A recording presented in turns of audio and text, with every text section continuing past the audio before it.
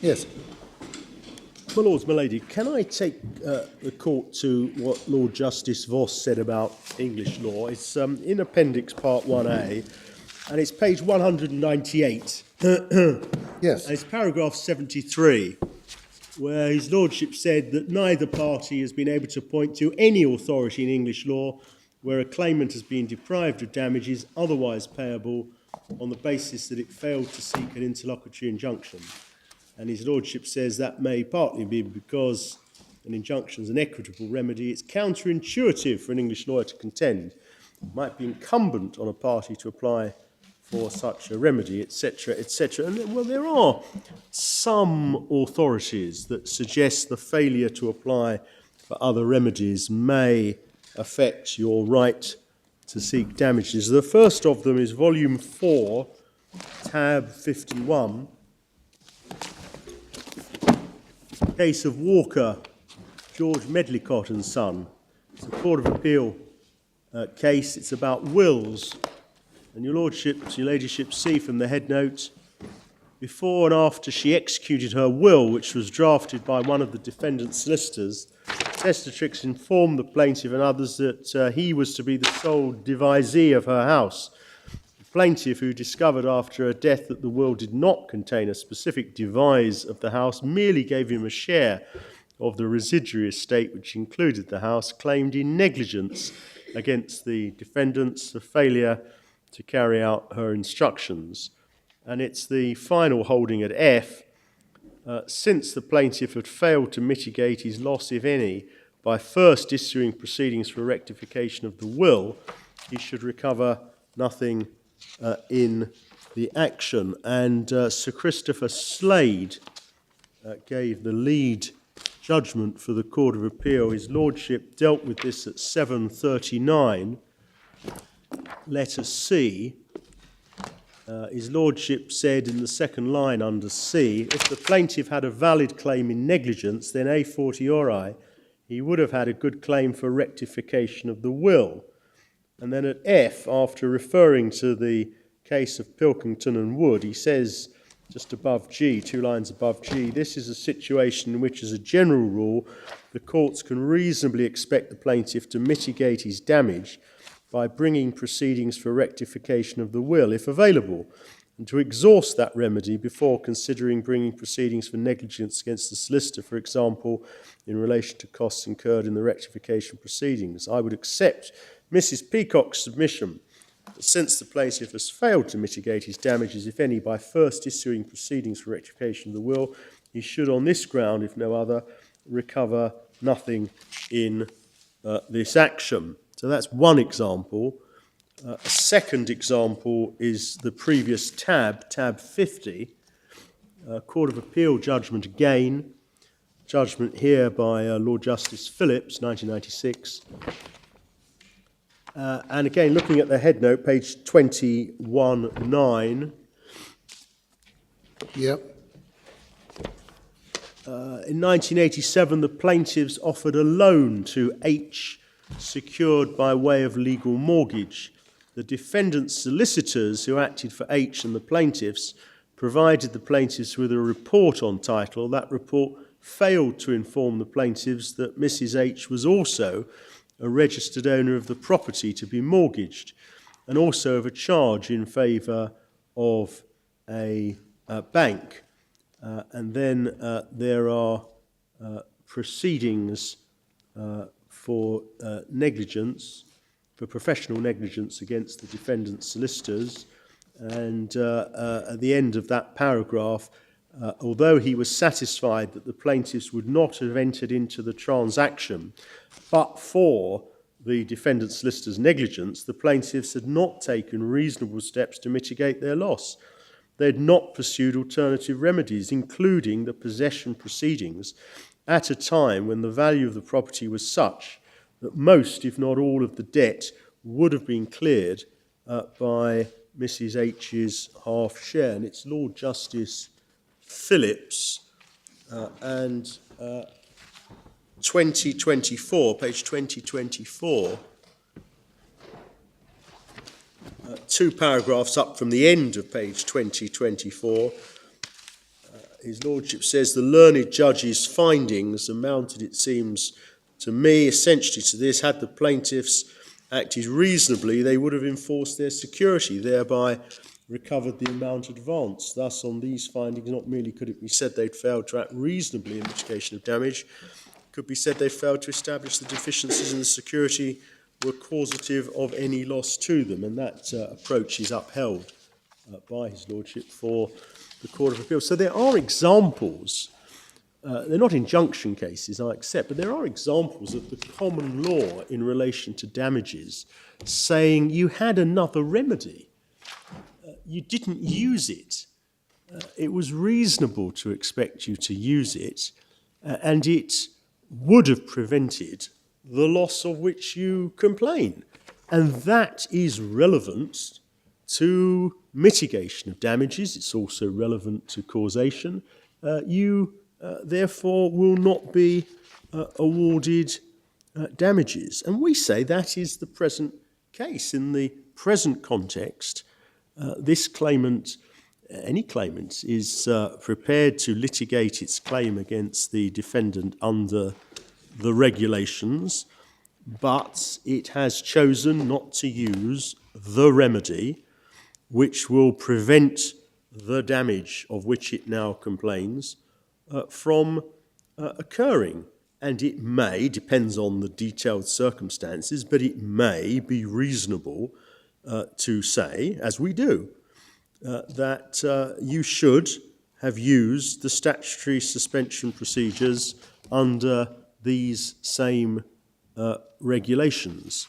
The whole point of the standstill procedure is to confer an opportunity on the disappointed bidder to have the matter resolved before the contract is entered into.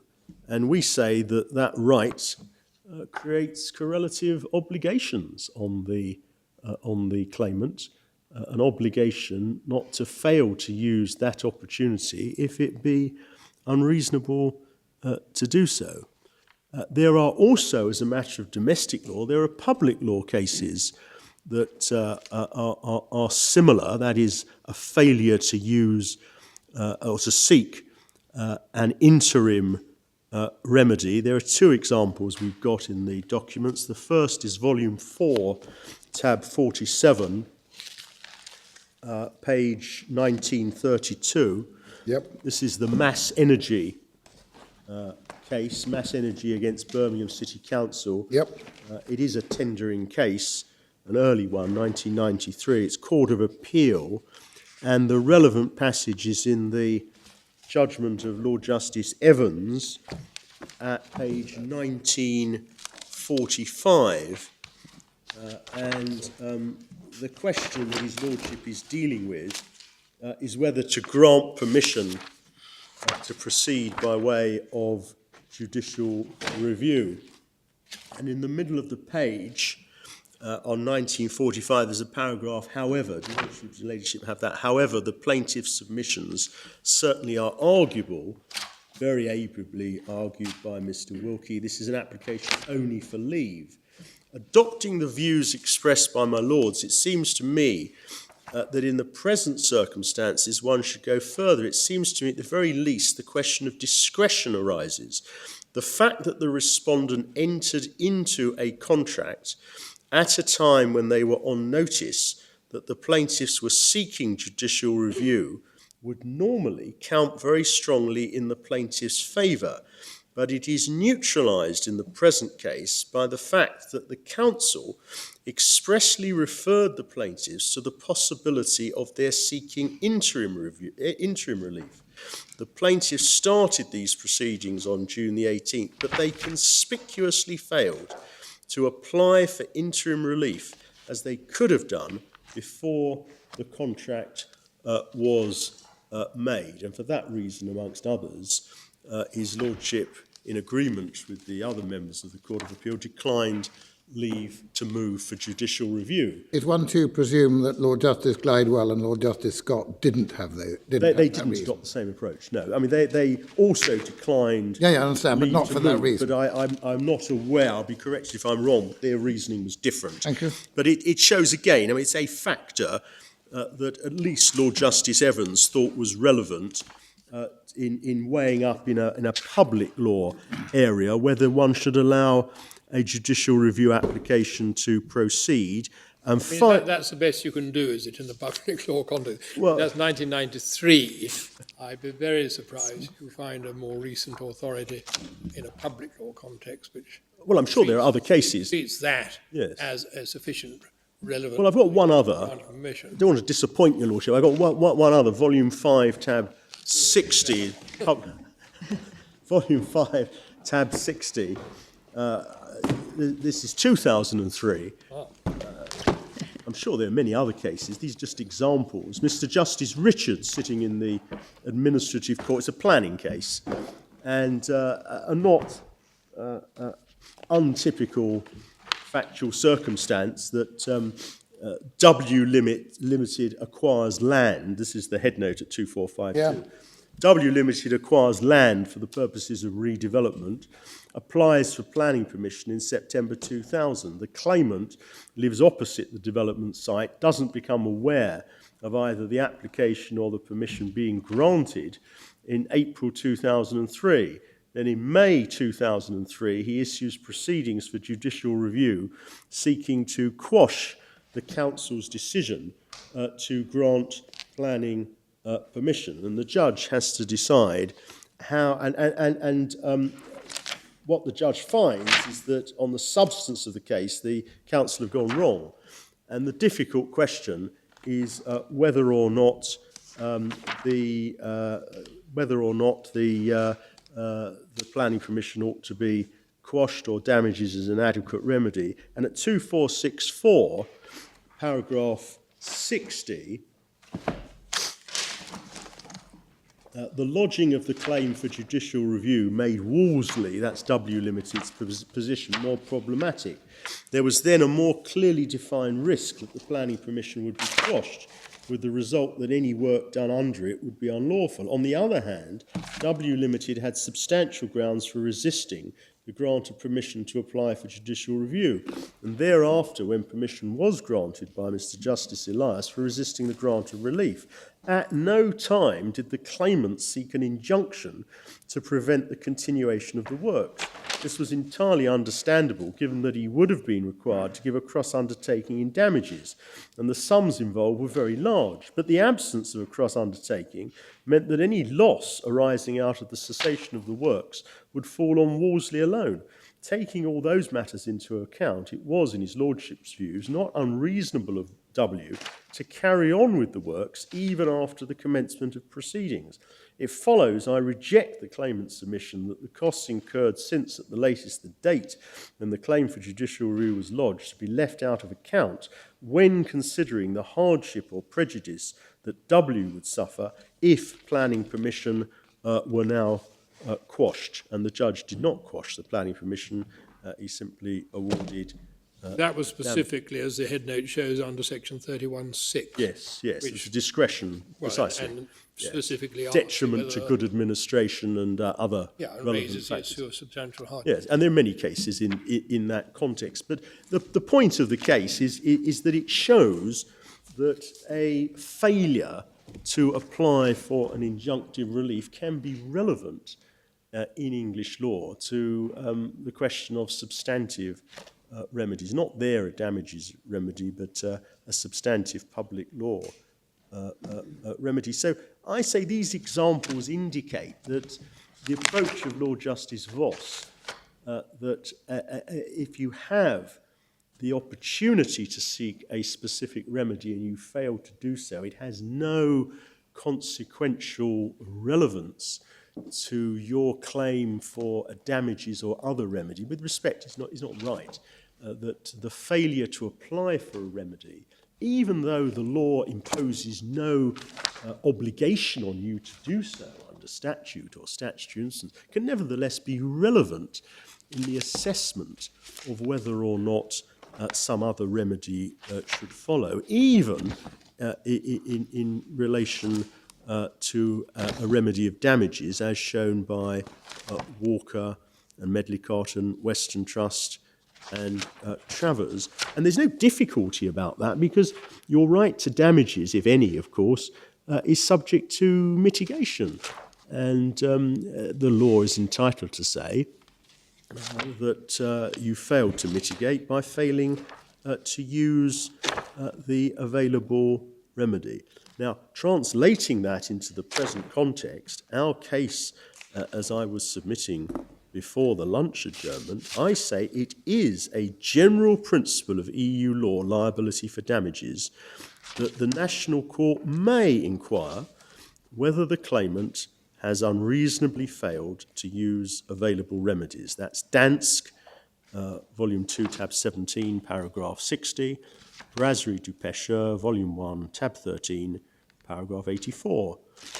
I say that principle is even stronger in the context of the Remedies Directive, because the standstill provisions, the availability of remedies to prevent the contract being entered into, is a fundamental feature of this directive. These remedies are of central importance. See Alcatel, Volume 2, Tab 15. The court recognises the importance of remedies which are designed to operate at the crucial stage, that is, before the contract is entered into. And I say it would frustrate the remedies regime if the claimant could, without any adverse consequences, decline to seek a remedy to prevent the loss occurring, however unreasonable its conduct may be. The whole point of the standstill procedures, the automatic suspension provisions, is to enable claimants to prevent the contract, the challenged contract, from being entered into, thereby avoiding the financial losses and serving the primary purpose of allowing the infringements to be corrected. And I say there's no reason to treat these provisions as a one-way street, offering claimants a power, an option, without a degree of responsibility. They provide a legal remedy from which claimants may benefit, but they also fall to be taken into account when the court considers whether the claimant has used the remedies reasonably available to it. The respondent says, in its written case, that our approach is inconsistent with the limitation provisions in Regulation 47D. They say, and they're right, that they're not out of time in bringing their claim after the standstill provisions have expired, after the 10-day period, or whatever extension there is for that. We respond the limitation period addresses a different issue to the availability of the standstill remedy. The limitation period is important because there will be cases where it was reasonable for the claimant not to act before the conclusion of the contract, not to act during the standstill period. For example, the claimant may not know of all the ingredients, relevant ingredients of the breach, or it might otherwise not be reasonable to expect the claimant to seek a suspension of the contract. The respondent also says that to introduce into English law a principle that a claimant must use the standstill remedy unless it would be unreasonable not to do so would be inconsistent with the principles of legal certainty and effectiveness. It would be too vague. But the answer to that is that the authorities, which I've shown the court, recognise, the authorities of the Court of Justice, recognise that it's perfectly permissible, at the very least, for national law to adopt this approach, that damages can be denied if you've not used available legal remedies, brasserie du pêcheur, danse, slag terrier, and other cases.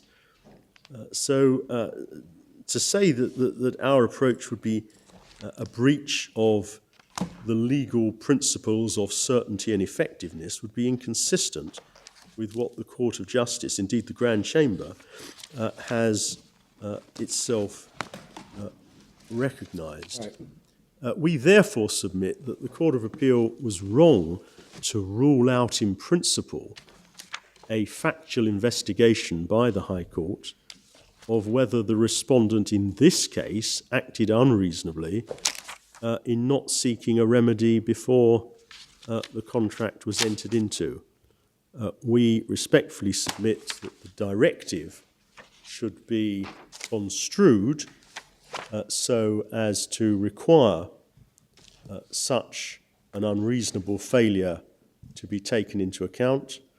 And as I submitted this morning, the regulations do no more than impose the obligations created under the directive.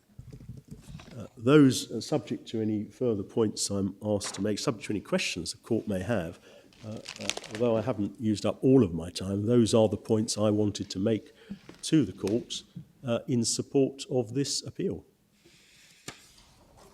Thank you very much indeed, Lord Panic. Thank you. Mr. Barrett. Well, thank you, my Lord. Mr. Hull. My Lords, my Lady, I will propose to address each of the three agreed issues in turn, if I may. I wasn't proposing to say anything about the content of the term sufficient seriousness for breach. That's a matter which is the subject of argument in other proceedings. There is one point which should be noted because it has an effect on the Sacrat's case. Although the court in Brasserie de Pêcheur said that fault as such is not an ingredient in the sufficiently serious test, they did say that that was subject to the points which are relevant, which are identified amongst other paragraphs, paragraph 56 of the judgment. And one of those is whether the breach is excusable or inexcusable. And one of the significant points about Sacrat's, where I'll come to it, is that the whole point of that case was that the contracting authority wished to establish that the breach was excusable. And the court held that even if the contracting authority could show that the breach was excusable, in that sense culpable, not culpable, that did not mean the economic operator was to be deprived of damages. And so it would take out, in one respect, one of the factors which Brasserie de Pêcheur refers to. Can I then turn to the first agreed issue? That concerns the event which may give rise to a right to damages under the directive.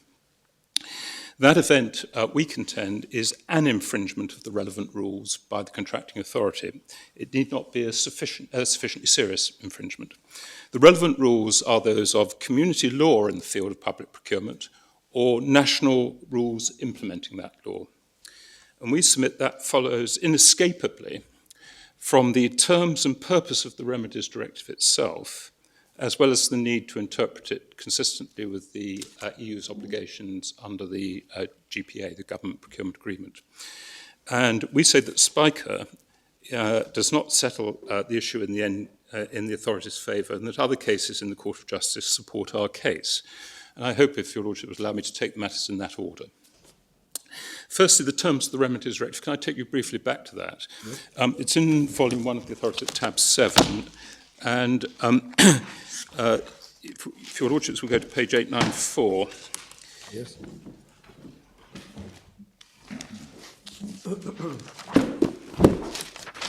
Can I tell your Lordships what I hope your Lordships will get from this excursion to the Remedies Directive and then try to make it good? That is, that the ground upon which all the remedies under the directive are available, including the remedy of damages, is an infringement of the rules. And such an infringement occurs when there is an unlawful decision. And there is no distinction between damages and all the other remedies which are made available. Right. Can I briefly show you, Your Lordship, firstly by way of recitals on page 894. Yeah. The recital beginning, whereas the opening up of public procurement, if Your Lordship has that. Yes. Its effective remedies must be available in the case of infringements of community law in the field of public procurement and national rules implementing the law, and we'll see that comes back in Article 1.1. And then the penultimate recital on that page, it's necessary to ensure adequate protection exists in all member states to permit the setting aside of decisions taken unlawfully and compensation of persons harmed by an infringement. If one goes to page 895, it's important to note what the topic of Article 1 is. That it deals with the availability of the review procedures, as well as the scope. The scope is defined by the first subparagraph within paragraph 1 as being contracts falling within the relevant directive. And then the third subparagraph in 1 identifies when they are available. It's to make sure that ensure that as regards contracts falling within the scope of the directive, decisions taken by contracting authorities may be reviewed effectively, and in particular as rapidly as possible in accordance with the conditions set out in Articles 2 to 2F, on the grounds that such decisions have infringed in community law in the field of public procurement or national rules transposing that law. And that is the provision which actually defines the grounds upon which all the remedies in the directive are available. If one then goes to Article 2, which confers, 2.1 confers powers, one will see 2.1a is dealing with cases of alleged infringements. 2.1b is where decisions are taken unlawfully, and 2.1c is to award damages to a person harmed by an infringement. And that an infringement is a reference back to the provision in Article 1.1, which I was referring to, which is an infringement of community law in the field of public procurement or of national rules transposing that law. There are other provisions in Article 2 of the directive which make good the point. Firstly, if one looks at Article 2.6 on page 896, it gives an option to member states to provide that where damages are claimed on the ground that the decision was taken unlawfully, the contested decision must first be set aside. For present purposes, it's important to note that it identifies that the grounds upon which damages are claimed are that the decision was taken unlawfully. Right. Similarly, in paragraph 2.7, where member states have an option to limit remedies after the conclusion of the contract, the powers of the body responsible, this is at the bottom of page 896, top page 897, should be limited to awarding damages to any person harmed by an infringement, again.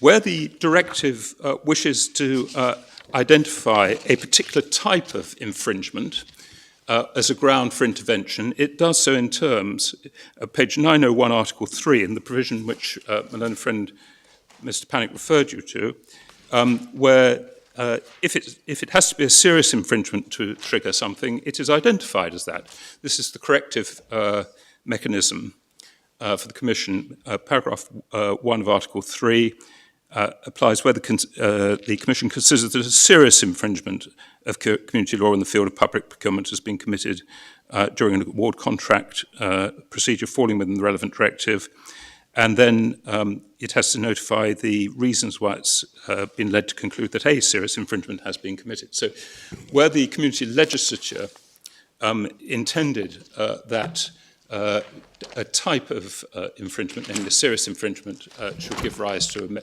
a particular type of remedy, it's so provided. Yes, I see. Now, Maud, the purpose of the Remedies Directive is, of course, to provide effective remedies for an infringement. That's plain from the recital. That would be frustrated if my learned friend's submissions are correct.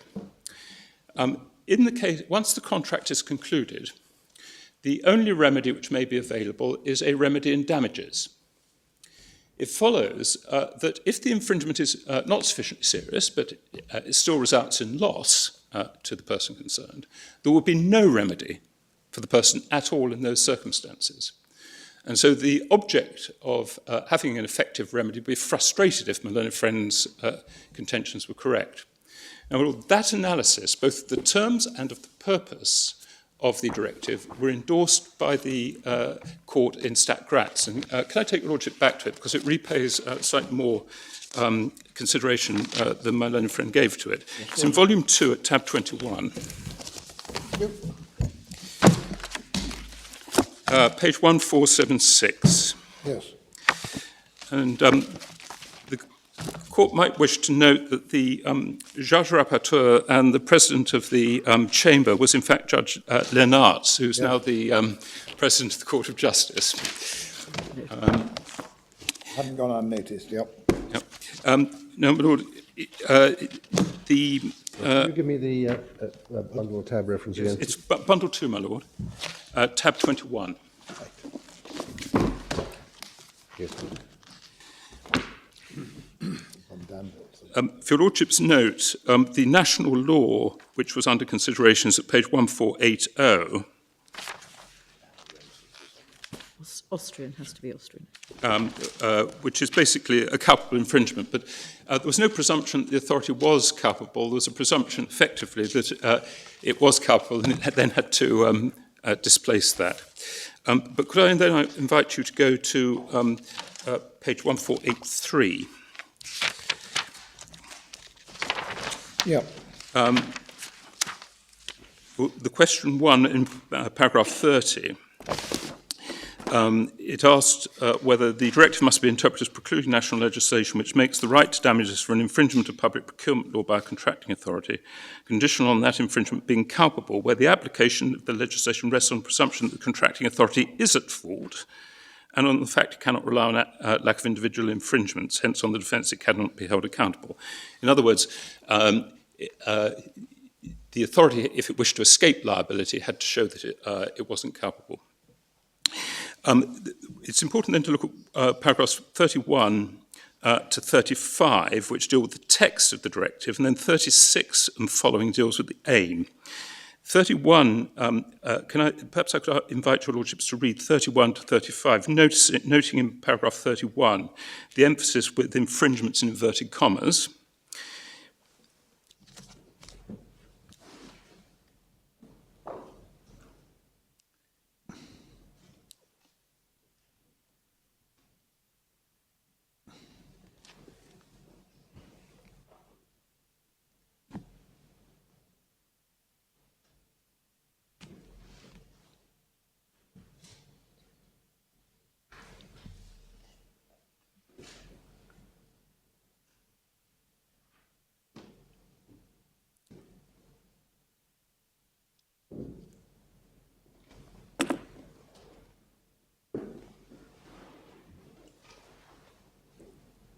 How far do you want us to go? Just to the end of 35, my lady, and I've got something to say about what happens afterwards in a moment.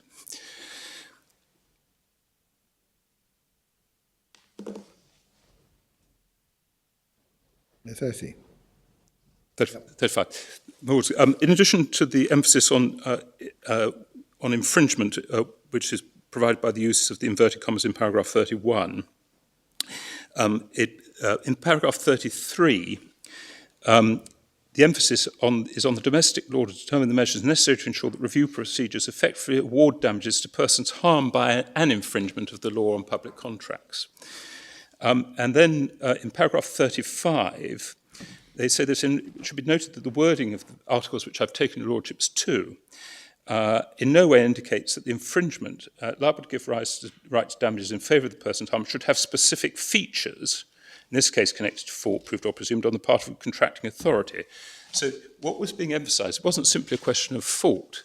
it was making the point that when one looks at the terms of the directive, it makes plain that the infringement doesn't have to have any specific features. It's sufficient that it's an infringement. And it then considers the position about the aim of the judicial remedy. It emphasizes, in paragraph 38, it draws attention to 2.6, which is the point about the limitation to the award of damages. And it says, against that background, the remedy of damages can constitute, where appropriate, a procedural alternative which is compatible with the principle of effectiveness, only where the possibility of damages being awarded in the event of the infringement of the public procurement rules is no more dependent than the other legal remedies provided in Article 2.1 on a finding that the contracting authority is at fault. In other words, they emphasise they're the same test. As the Commission states, it makes little difference in that regard. By contrast, the national legislation referred to in the Commission in Portugal, the legislation at issue in the main proceedings does not impose on the person harmed the burden of proving the contracting authority is at fault, but requires the latter to rebut the presumption that it is at fault while limiting the grounds on which it can rely for that purpose. And then the important point is this. The reason is that that legislation too creates the risk that the tenderer who's been harmed by an unlawful decision of the contracting authority is nevertheless deprived of the right to damages in respect to the damage caused by that decision, where the contracting authority is able to rebut the presumption that it is at fault. However, as emerges from the present order, the reference, this was confirmed at the hearing, such a possibility is not excluded in the present case, given that Statkraus is able to rely on the fact that the legal error it is alleged to have made is excusable on account of the intervention of the court. At the very least, the tenderer runs the risk under the legislation of only belatedly being able to obtain damages in view of the possible duration that seeking and finding that infringement is culpable. However, in both cases, that is, that you run the risk of not being compensated and also the delay, the situation would be contrary to the aim of the directive, which is to guarantee judicial remedies which are effective and rapid as possible against decisions taken by authorities in infringement of the law on public contracts. So the two cases are that if you have to prove something more than an infringement, you run the risk of not getting compensation for the damage suffered, and also there will be further delay in actually litigating that issue. And, my Lords, Your Lordship might wish to note before leaving this that the paragraph in this case, which was referred to by the court in Spiker, was paragraph 33, which emphasises the point that the Member State's obligation is to ensure the review procedures effectively award damages to persons harmed by an infringement. Lord, Stat Gratz, as it's indicated... Is there any guidance as to what's meant by culpable infringement in the national law? Because we see culpable infringement, as you drew to our attention in paragraph 7. Yeah. Do we know what that means? Well, I think it means at fault, because if you look at paragraph 8 on page 1480, I don't think they're distinguishing between culpability and fault for this purpose, because it says that the part of the claims that have been prevented from filling its contractual or statutory obligations without being at fault has the burden of proving this. So,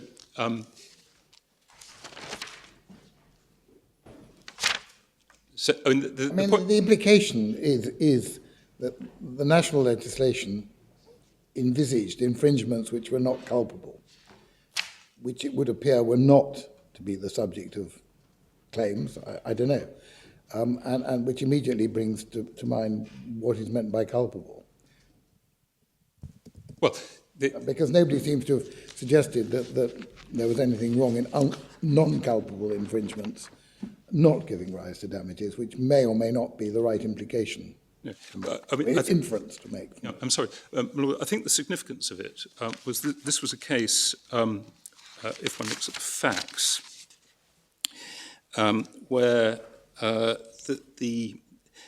been some interim proceedings and the contracting authority had been allowed to proceed, and the contract entered into, and what the contracting authority wanted to say was that it was effectively the result of the court's decision in that particular case that it did what it did, and therefore its fault was excusable. That's the point at the top of page 1485. Yeah, I understand that. My point is that it may be that the Austrian law, depending on what culpable means, was saying that some less serious or less blameworthy infringements, which may have led to damage, could not be the subject of a claim for damages.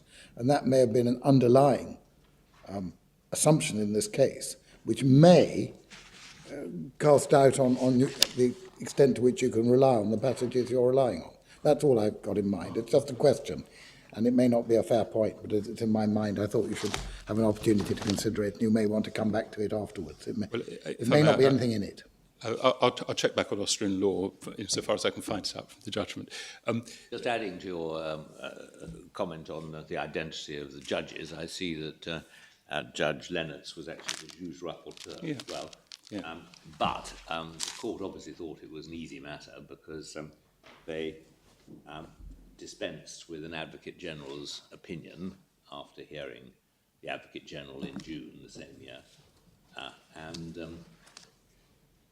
There's a whole lot of academic writings which are apparently cited on the question whether fault is a relevant aspect of European liability.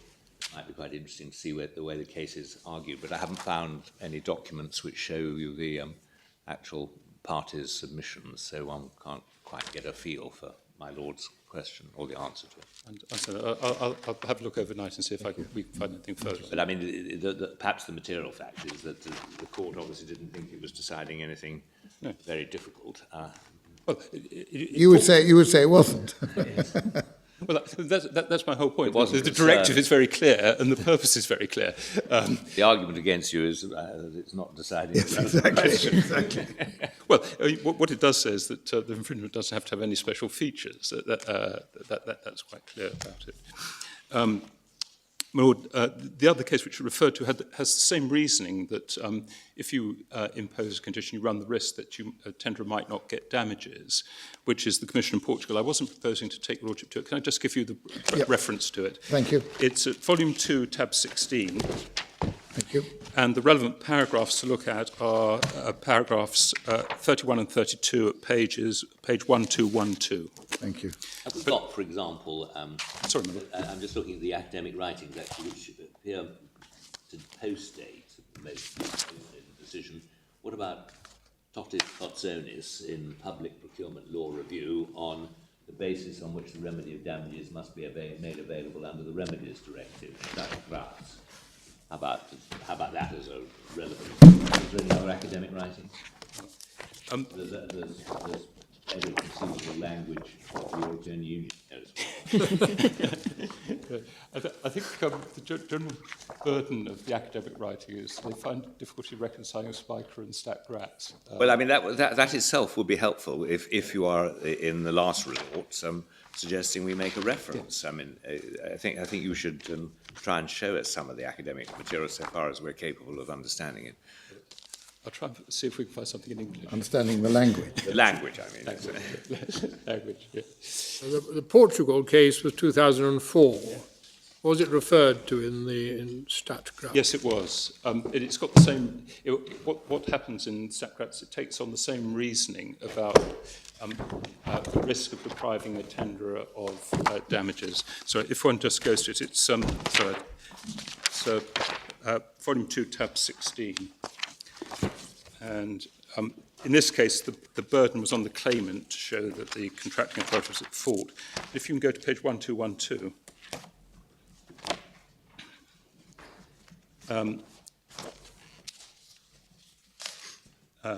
Perhaps begin in paragraph 30. Among the remedies that the remedies directive imposed on member states to implement in order to... Sorry, where we are now? Page 1212. 1212. Paragraph 30. Among the remedies that the directive imposes on member states to implement in order to guarantee that unlawful decisions of contracting authorities can be challenged, there is a specific procedure to award damages to persons harmed by a violation, contained in Article 2, Paragraph 1c. Although Portuguese law provides for the possibility of obtaining damages in the case of a breach of EU law relating to the award of public contracts or of national laws implementing EU law, it cannot be considered an adequate judicial protection, so far as it requires proof of fault or fraud committed by the agents of a certain administrative entity. In this way, the tenderer who is harmed by an illegal decision taken by a contracting authority risks being deprived of his right to damages for the loss suffered as a result of that decision, or at least risks obtaining such damages later because it cannot be easily provide evidence of willful deception or fault having been committed, and that therefore the the Portuguese law was found not to be an appropriate transposition. Effectively, those 2 points, the risk of being deprived of damages for the loss suffered as a result of an unlawful decision and the consequent delay in litigating it, are picked up in the Stack-Gratz decision.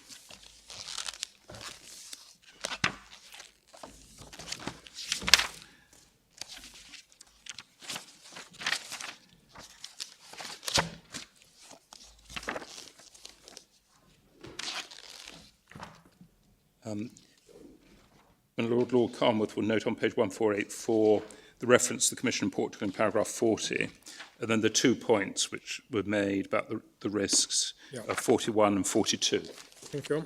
So they have a consistent line of reasoning in that respect.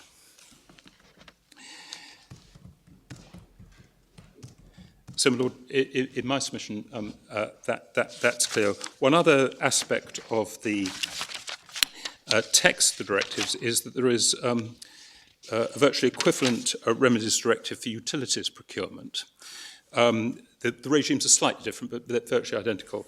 And but the enforcement provision, the remedies directive there is 1425 EU, 2014-25 EU. And if I could just very briefly take you to that, because it shows one thing about what you have to prove in one case to get damages. It's in volume 7 at tab 84.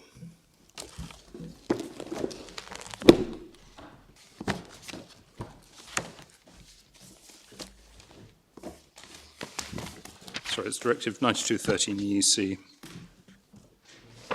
This was a directive which was done for utilities procurement after the remedies directive for the public sector procurement.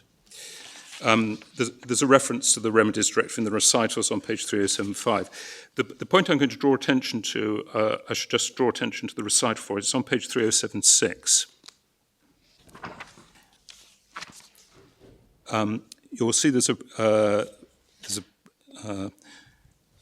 recital saying, whereas claims for damages must always be possible. Whereas, where a claim for damages representing the cost of preparing a bid or participating in a award procedure, the person making the claim is not to be required in order to obtain the reimbursement of his costs to prove the contract would have been awarded to him in the absence of agreement. And if one looks at this particular directive, Article 1, 3077, has exactly the same grounds, same scope and availability in Article 1.1.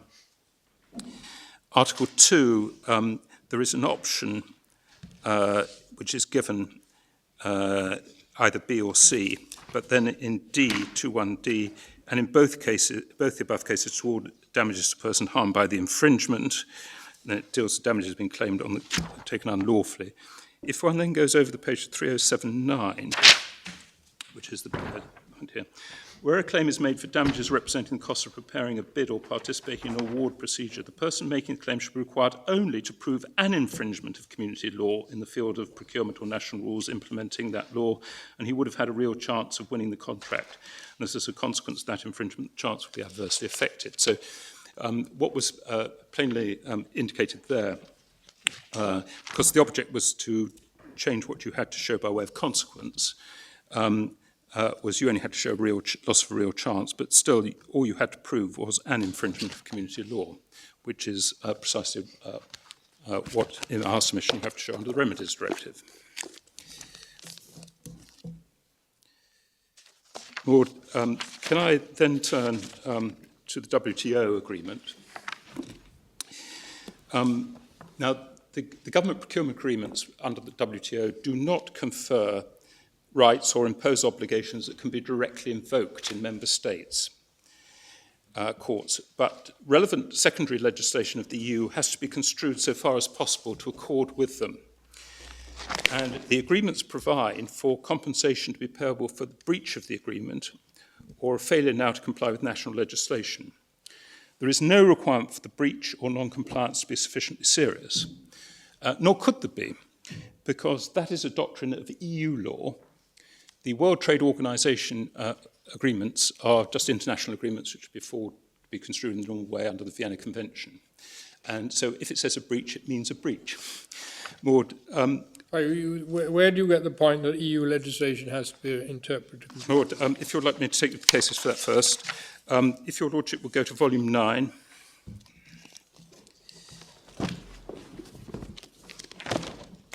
Tab 100. Thank you. This case related to the General Agreement on Trade and Services, which is another World Trade Organization agreement. So.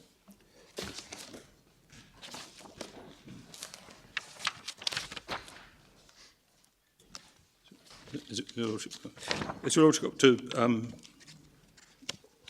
volume 9, tab 100? Yep. Can I invite you to go firstly to page 3638? I notice that you're avoiding telling us the name of the case. Your lady is right about that. Your lady may find that I do that on quite a number of occasions. Paragraph 3. Your Lordship see the background. By decision 94-800, concerning the conclusion on behalf of the European Community's matters within the competence of the agreements reached in the Uruguay round, the Council of the European Union approved the agreement establishing the World Trade Organization, as well as the agreements contained in Annex 1, 2, and 3 of the agreement, one of which is the General Agreement on Trade and Services, GATT. I should say that decision also was the one which approved the government procurement agreement as well. But I'll come back to that. If one then goes to page 3462. 3462. 3642. I'm sorry, my lord. Yep. Your Lordship, see the question of paragraph 14. By its question, the National Court seeks essentially to ascertain whether Article 2.2 of the 13th Directive must be interpreted as meaning that the third states referred to therein include the third states which may invoke the most favoured nation clause contained in the treaty.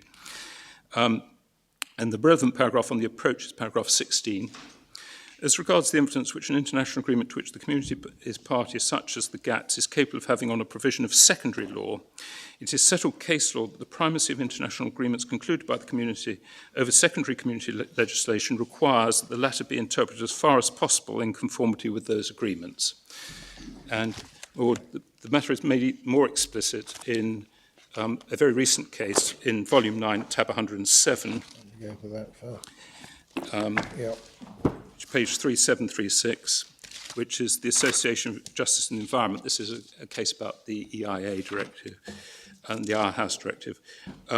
If one goes to page, effectively, the case concerned an NGO trying to get access to certain documents relating to infringement proceedings brought against the Czech Republic about air quality.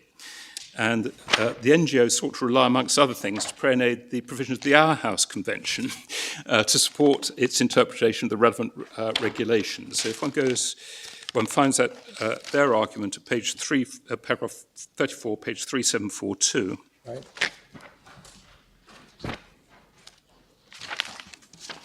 Yep.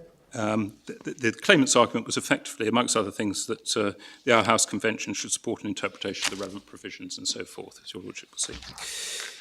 The court itself addressed the point at paragraph 75 to 77 on page 3748.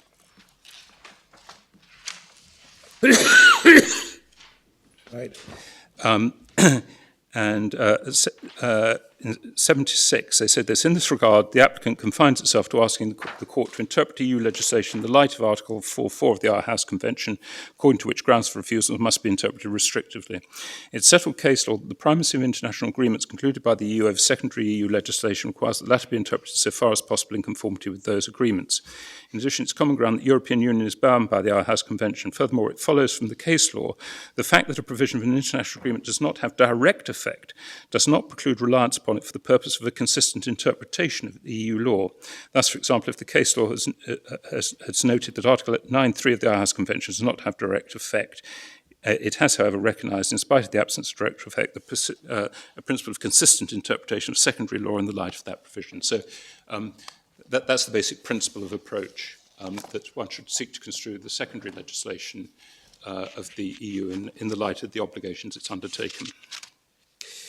Can I just show you, Your Lordships, the obligations The 1994 agreement is in the same volume, volume 9, at tab 108.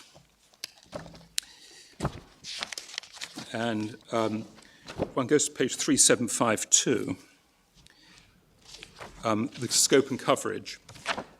It covered procurement by any of the entities covered by this agreement as specified in Appendix 1. We haven't put Appendix 1 in, but it includes a large number of UK contracting authorities. You can find them if you can I just give your Lordship the reference, because they're also in the domestic regulations that are identified there. They're identified in Schedule 1 of the 2006 regulations, which are in Volume 3, tab 33. At page 1631, and one gets there by the definition of a Schedule 1 entity in Regulation 2, which is page 1539, and any of them are made contracting authorities by Regulation 31Y, which is at page 1541-2. So the specific UK entities were all introduced there. Now, the actual obligations are very similar to the public procurement obligations, things like technical specifications, basis of contract award, and so forth. But as my learned friend, Mr. Lord Panic pointed out, at page 3771,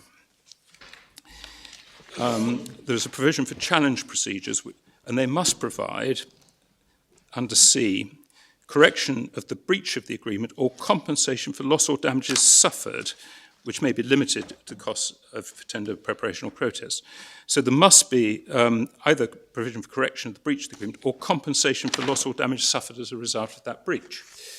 And that's also made plain in the more recent revised government procurement agreement, which the Commission has, the EU, has signed up to.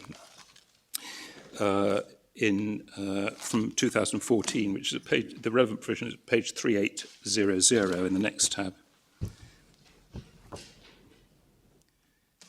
where the requirement is to provide this is under Article 18, provide timely, effective, transparent and non-discriminatory ministerial or judicial review procedure for which the supplier may challenge a breach of the agreement, or where the supplier does not have a right to challenge directly a breach of the agreement under domestic law of the party, or failure to comply with the party's measures implementing this agreement, arising in the context of a covered procurement which the supplier has.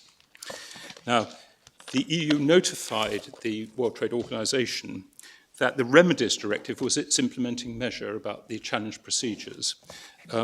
Your Lordship will find that in Volume 7.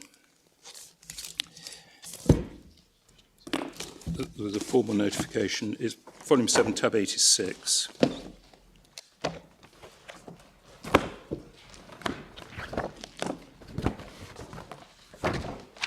Page 3089. And it's a document called GPA/20, and your Lordship will see from the communication from the European Community, it was received from the Permanent Delegation of the Commission in accordance with the Committee decision relating to the procedures for notification of national implementing measures. And your Lordships will see that amongst the implementing measures, page 3090, just above Utilities Directive, you'll see the Remedies Directive, and the equivalent Remedies Directive for utilities as well is also notified. And it then deals with the implementation in the United Kingdom 3095, where it's dealing with then SIs from the UK. And 3101. And dealing with challenge procedures under Article 20, if one goes to 3101,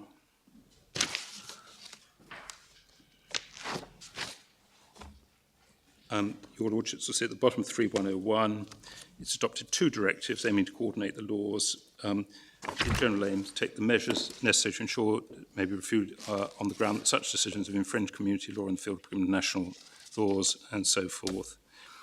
And on page 3103, about 4 paragraphs down, that is to say, if one can find that, that is to say one needs proof of an infringement, evidence of damages, and it has to be proved the causality link exists.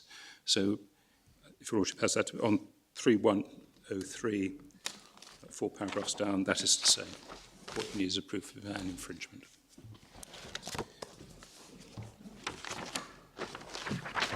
Sorry, who's writing this? This is the Commission Yes, I mean, do they... sent to the World Trade Organization to explain the national implementing measures for the government procurement agreement. Do we know who drafted it?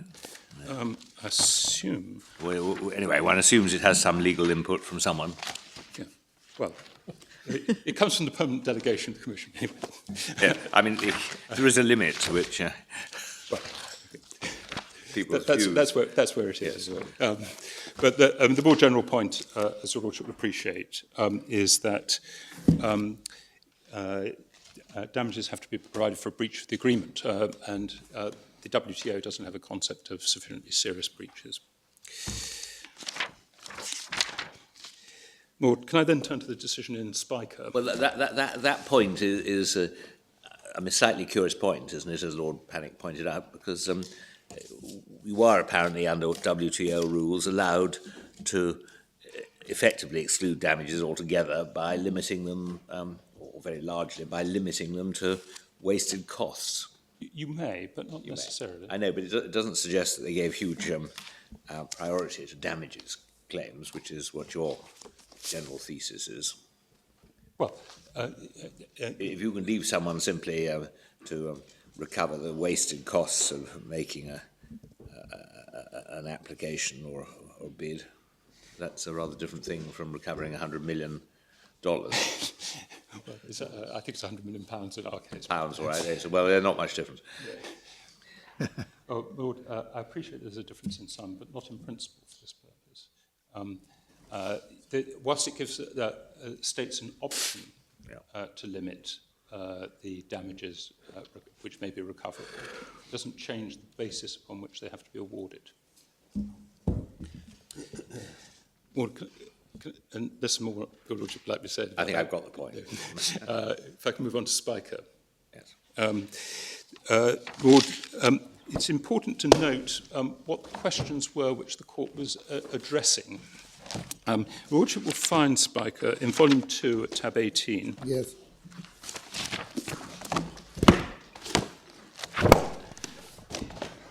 And could I invite you to go back to page 1344?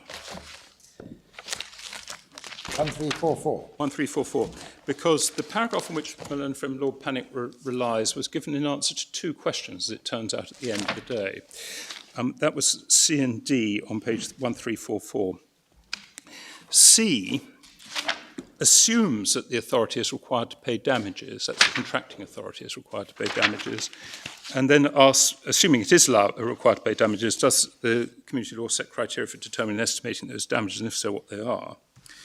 And then D is, if the contracting authority cannot be deemed liable, is it possible under community law for some other person to be shown liable, and on what basis? So D was dealing with someone other than a contracting authority, because only contracting authorities are liable under the Remedies Directive. And one will note that if one just sees how they dealt with question D, if one goes on to page 1357,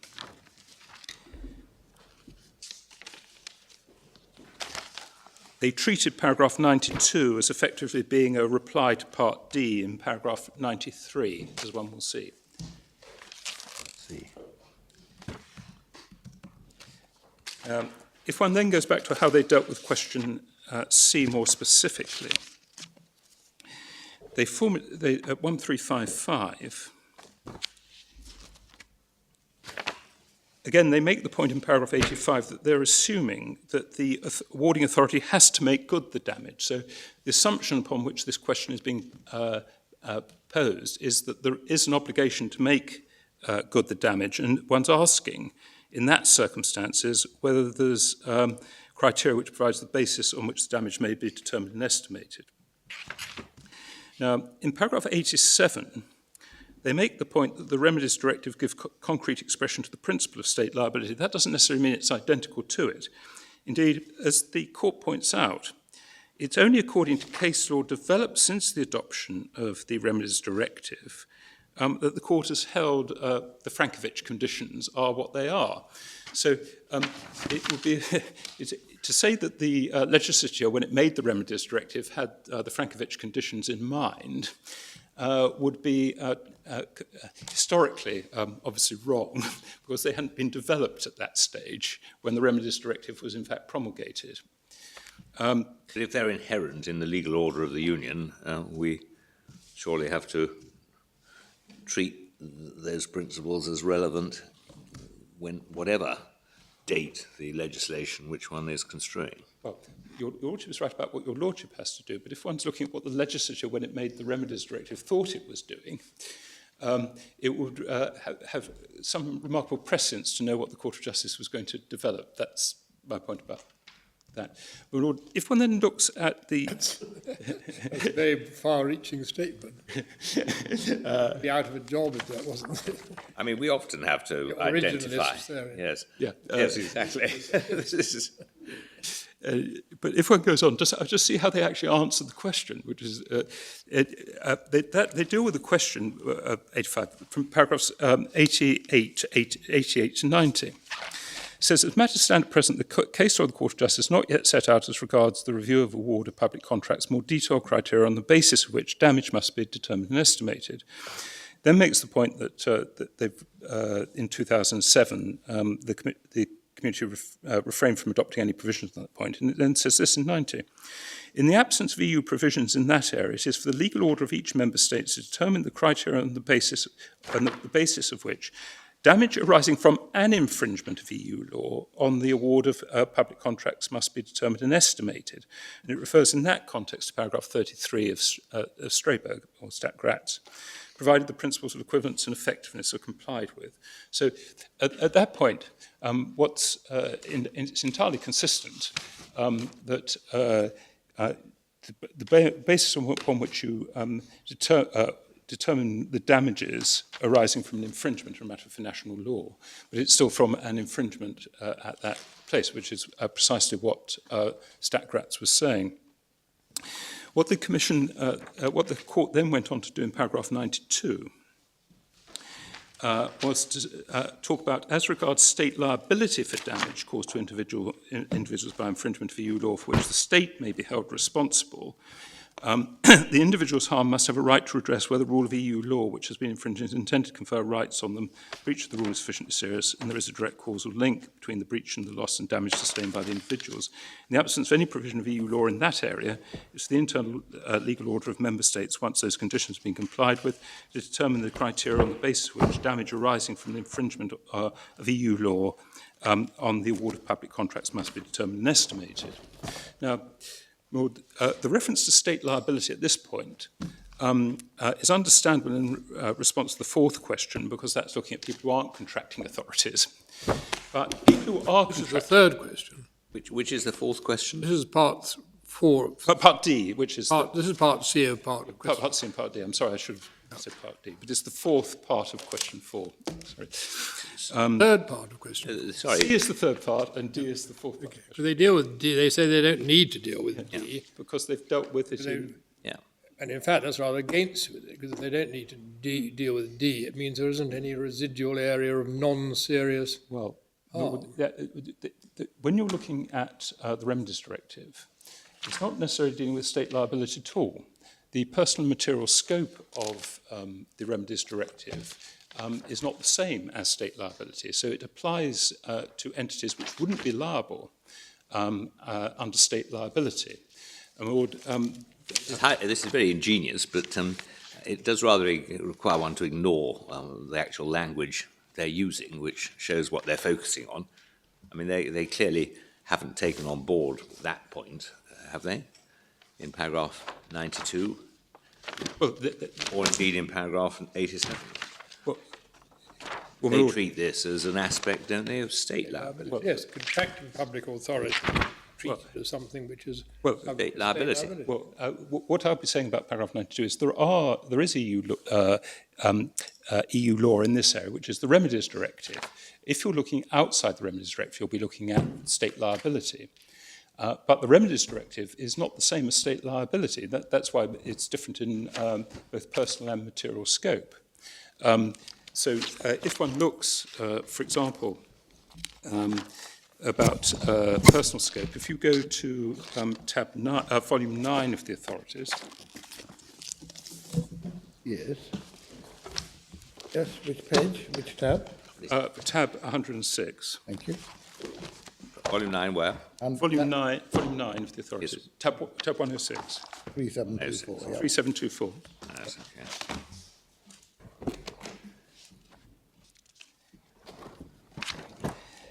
And this concerned a body called AMBERSIG, and the relevant part of the procurement directives and who they apply to as a contracting authority is set out in paragraph 4 of the decision at 3726. And they include a body governed by public law. And such bodies include a body established for a specific purpose of meeting needs in the general interest, not having an industrial or commercial character, having a legal personality, and amongst other things, simply financed for the most part by public authorities. There need be no control which is exercised by the public authority over the relevant body. Yes. Now, in this case, if one goes to page 3729, issue.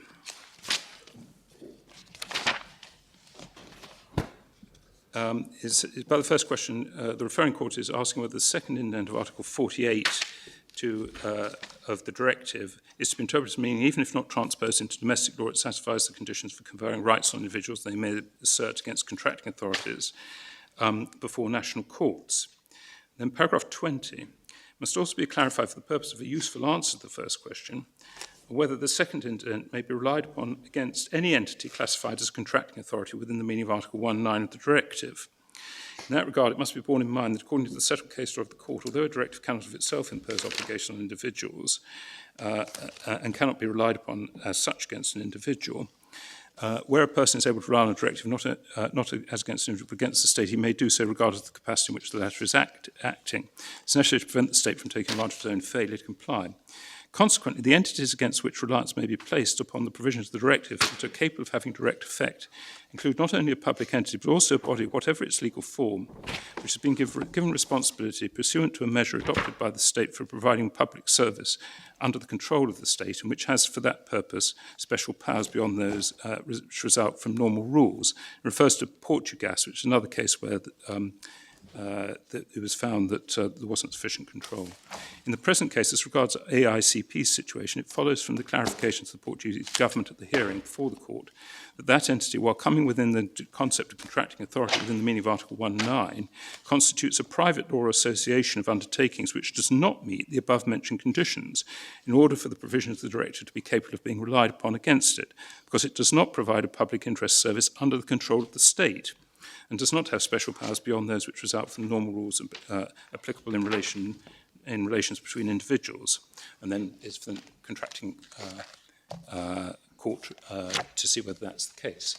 So you can have entities which would simply not be liable under state liability, which the contracting, so the personal scope of the directive is different. Are you saying that the remedies directive Yes. goes beyond state liability? Yeah, it certainly does, yes. But I mean, the Personal scope. Spiker case is talking about the remedies directive, isn't it? It is. Yeah. What is this? Where does that take us? Well, I mean, and they're saying that in the context of that, in answer to question C, the you point- apply the well- sufficient to serious test, and we don't need to worry about anything else because it's all covered. Well, Lord, my main point about paragraph 92 is that there are rules of EU law in this area, namely the remedies directive, that goes beyond state liability, for example, in the personal scope about the contracting authorities. It also goes beyond state liability in terms of material scope, because, of course, it provides for damages if there's an infringement of national law, not merely EU law, as well. I mean, 22 is, I mean, it extends beyond the state, but only to entities which, however constituted, are performing functions characteristic of the state. Well, not necessarily, because you could providing Well, you could provide, providing a public interest service under the control of the state. I mean, it's a functional test, isn't it? just as it is for many purposes in domestic judicial review proceedings. Takeover panel, for example, is not a state entity, but it's subject to the same rules as it was.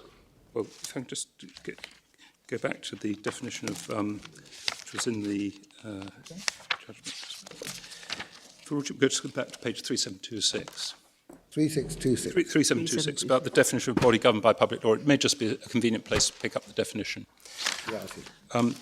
It has to be a body established for a specific purpose of meeting needs in the general interest, not having an industrial or commercial character. That's just a general interest. It has a legal personality, and it may be financed in most part by the state or other bodies governed by public law. So it doesn't have to be an emanation of the state at all.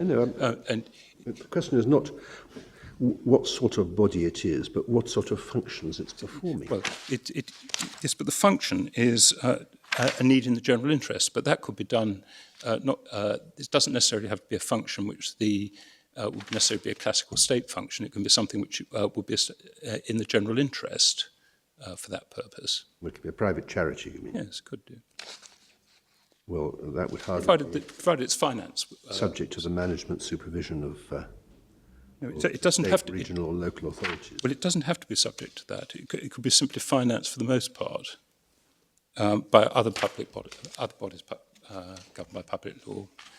So what is being called are those entities which may not be under the control of the state, but which the state mainly finances.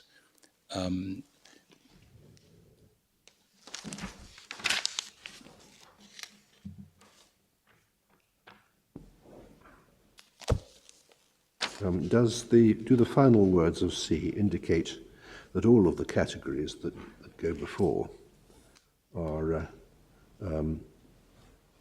expected to be governed by public law? Yes. But if your lordship looks, the definition of a body governed by public law is precisely one which merely satisfies the conditions in A, B and C.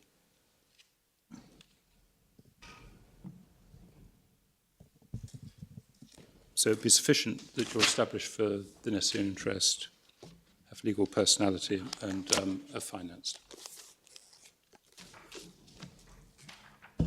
Well, except the assumption in those final words is that bodies which satisfy the description earlier in C are going to be governed by public law. Is it not? Or maybe that's not right. Maybe it's just another kind of body, provided it is governed by public law.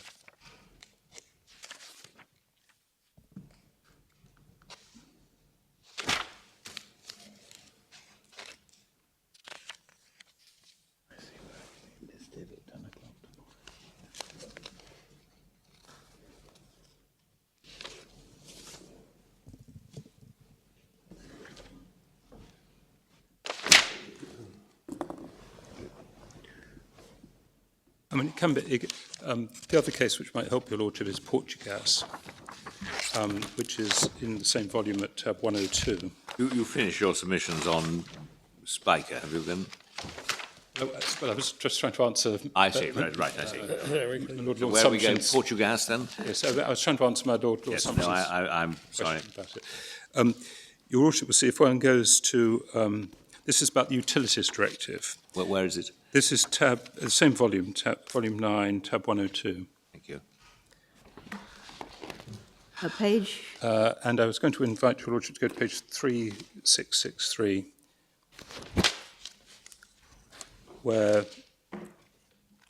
paragraph 24 sets out the law about what entities are liable under state liability.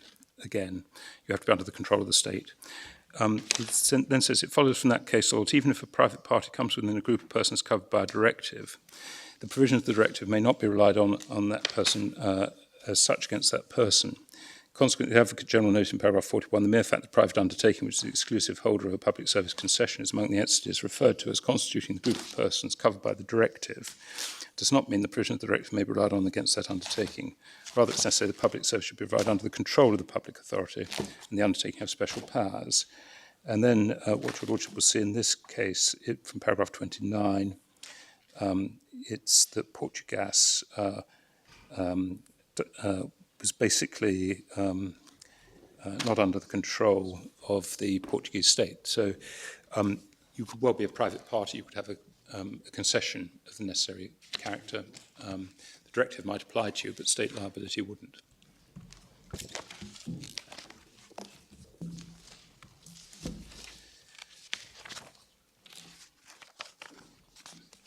Right. Okay. Lord,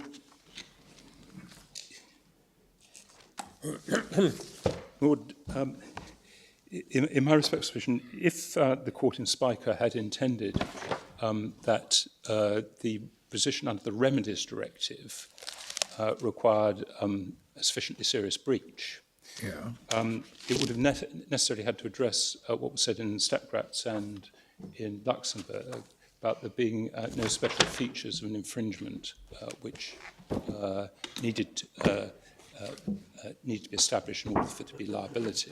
What were the words doing there in paragraph 87 and paragraph 92 then? The breach of that rule is sufficiently serious. Well, we'll just simply get the case back out. So. 1355 and page 1355, 1357. What are we to make of those words on your case?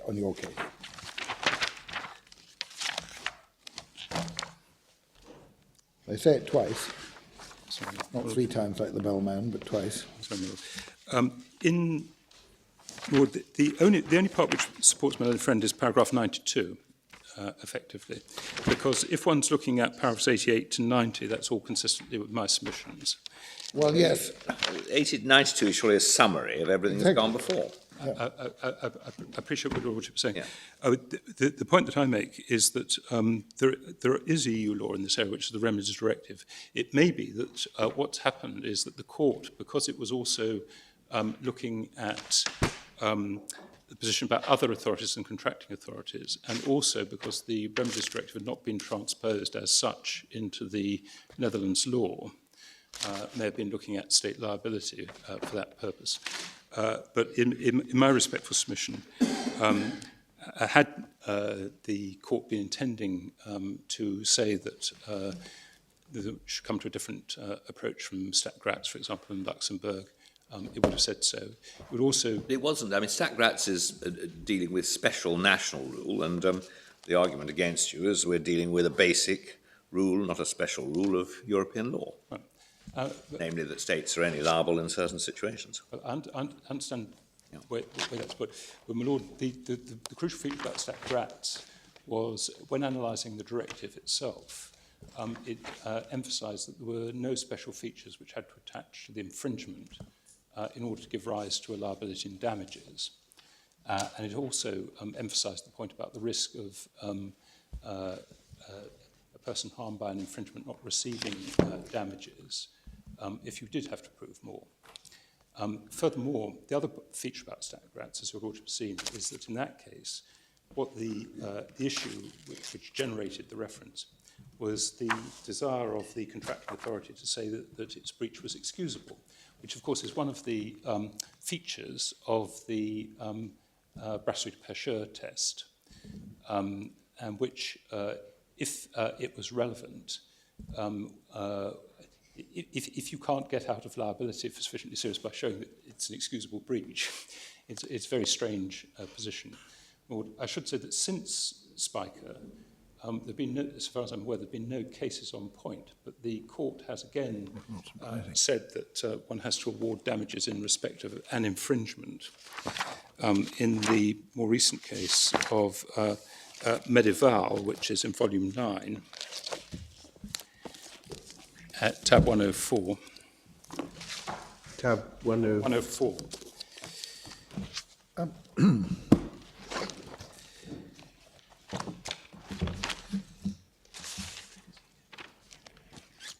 And this was, I should perhaps explain background to the case. It's about a time limit. What the national law did was to set a 6-month time limit, which was effectively the same for the ineffectiveness time limit, but didn't allow, that applied whether or not you knew of the breach at the time. And the court, Lordship will see the question refers at page 3686, was whether national legislation which makes the bringing of an action for damages in respect of an infringement of rule on public procurement subject to prior finding the public procurement procedure for the contract in question was unlawful, was of a lack of prior publication of a contract notice, where the action for a declaration of unlawfulness is subject to a 6-month limitation period, which starts to run on the day after the date of the award of the public contract in question, irrespective of whether or not the applicant in action was in a position to know the unlawfulness affecting the decision of the awarding authority. And your Lordships will see that from page 3689 was the paragraph 41. If you don't have a position for extension, if you don't know about it, it's likely to render impossible in practice the exercise of the right to bring damages. 42. Where there's been no prior publication, such a limitation period of 6 months is likely not to enable a person harmed to gather the necessary information with a view to a possible action, thus preventing that action from being brought. Awarding damages to persons harmed by an infringement of the public procurement laws constitutes one of the remedies guaranteed under EU law. Thus, in the circumstances at issue in the main proceedings, persons harmed is deprived not only of the possibility of having the authority's decision annulled, but also of all the remedies provided in Article 2.1. To say, I don't rely on that for anything more than the fact that insofar as there's been a reference subsequently, it goes back to showing that it's damages for an infringement. Yes, you read that as saying damages for any infringement. Sorry. You read that as saying damages for any infringement. Well, yes, but that's an infringement.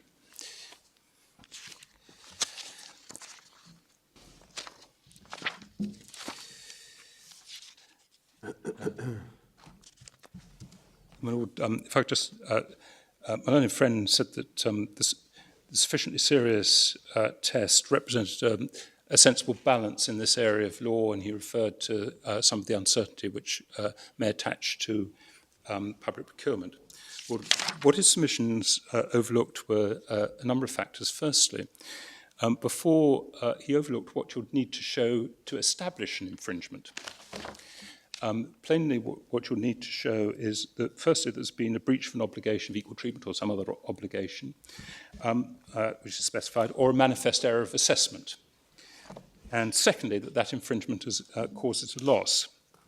And, of course, to the extent that there's questions of judgment, the authority has a margin of appreciation.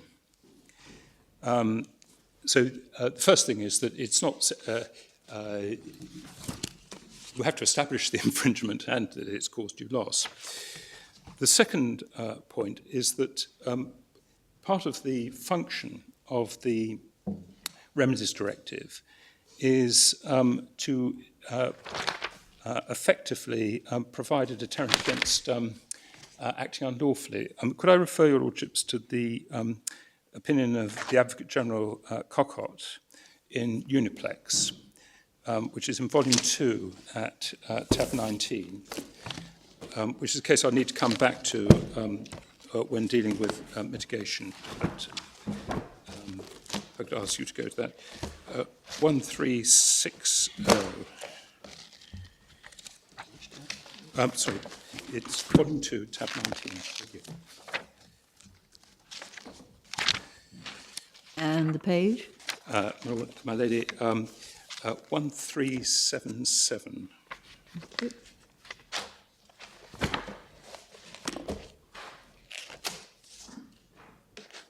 The Lordship see on the bottom left-hand corner, there was she decided to discuss the deterrent effect of actions for compensation.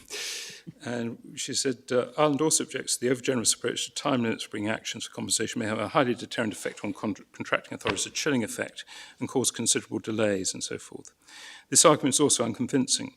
Successful actions for compensation by unsuccessful tenderers or candidates may undoubtedly entail a substantial financial burden for the contracting authority.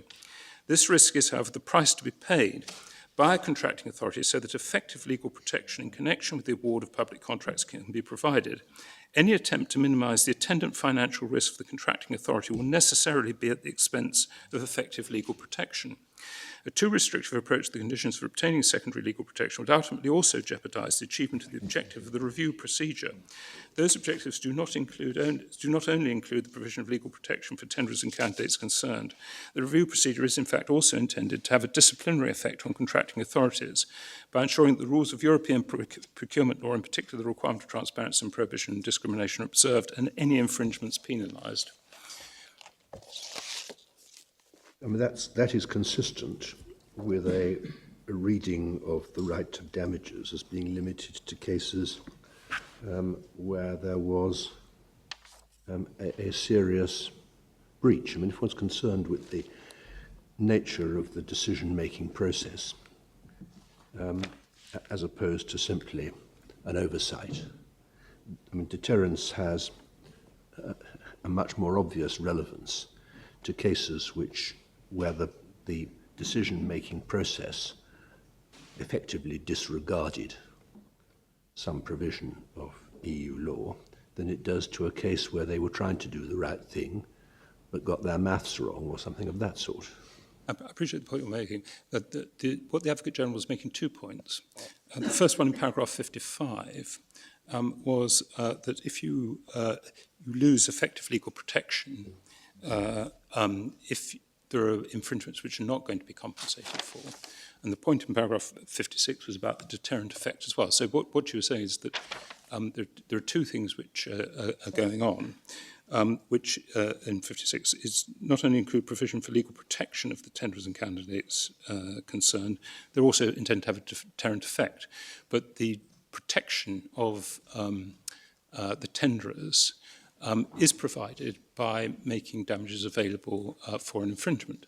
Because if you don't do that, if they suffer loss as a result of an infringement and the court decides for whatever reason that the breach is not sufficiently serious, then once the contract is concluded, there is no remedy at all, which was the point which the court was making in Stat Gratz about the aim of the Remedies Directive in that particular point. Is this passage from the Advocate General reflected in any way in the judgment? Well, not in terms of I was going to take your Lordship to the judgment later on, if I may, when we deal with the third issue. As your Lordship will appreciate, it was about time limits and legal certainty. Well, may I then move on to unless your Lordship wants me to address anything further on the first of the agreed issues, to look at the national provisions. Well, the second agreed issue is whether the power to award damages under the regulations may only be exercised when any relevant breach of duty is sufficiently serious. It's our case that the regulations are unambiguous. Damages may be awarded when there is any relevant breach of duty. That is to say, when the contracting authority has failed to comply with any relevant obligation it has. Now, the regulations domestically have never simply copied out the Remedies Directive.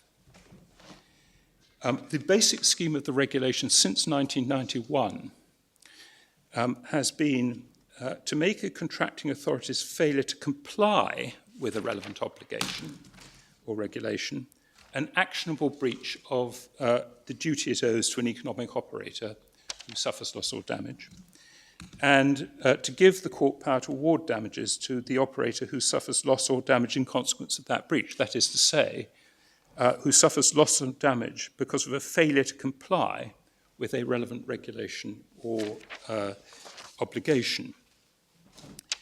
Now, at no stage could Spiker have been in the draftsman's mind. Spiker was only decided after the very last amendment to the relevant regulations, which one's looking at in the 2006 regulations. If anything was in the draftsman's mind, it would have been the decision in Matra about what the regulations achieved. And indeed, until Spiker, so far as I'm aware, no one had argued that the Remedies Directive was limited to damages only for sufficiently serious breaches. Well, can I make good my point about the actual content of the regulations being wholly unambiguous? Can I invite you to go back to those? It's from Volume 1, Tab 2.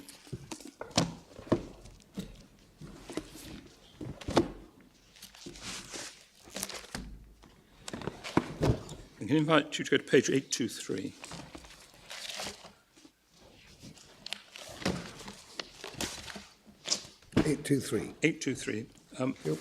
Regulation 47A.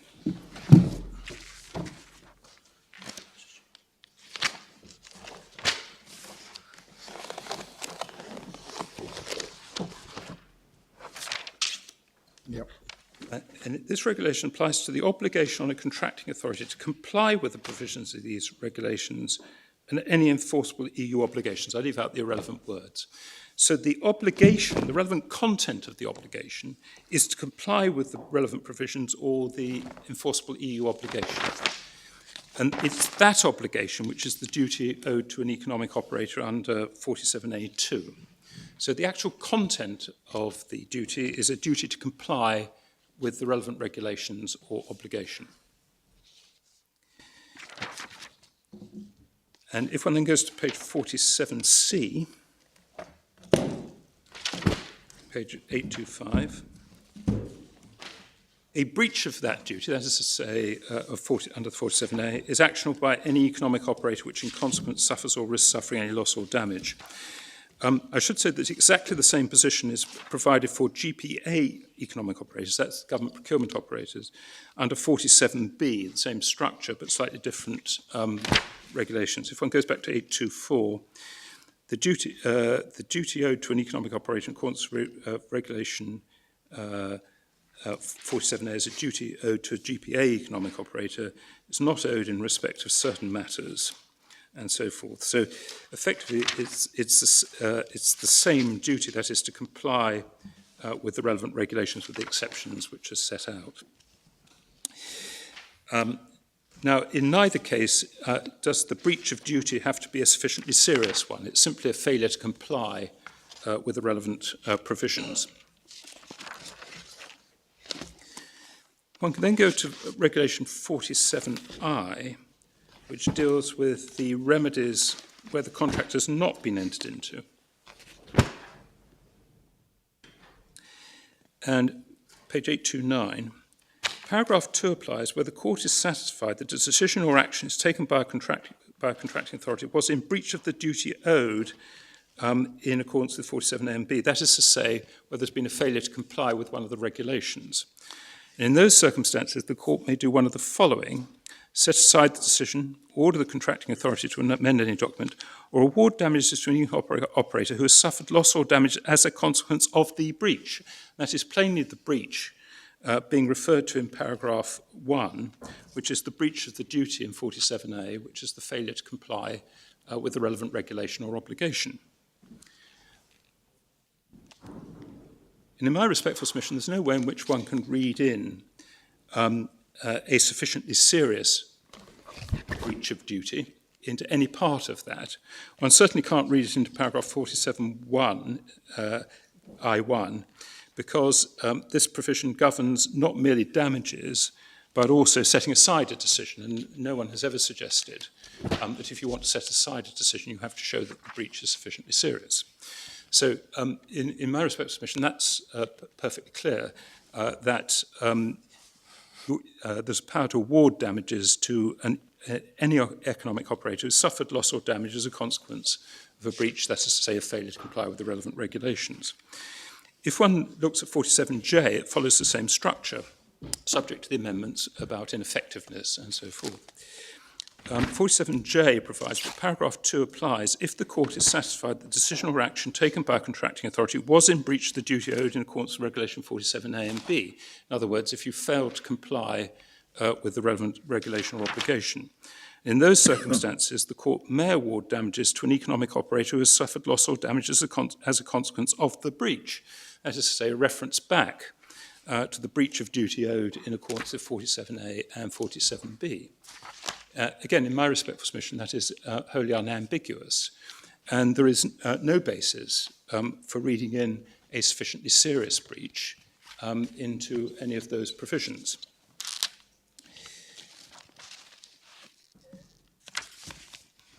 And indeed, my own friend Lord Panic didn't seek to explain that there was any textual basis for reading that in.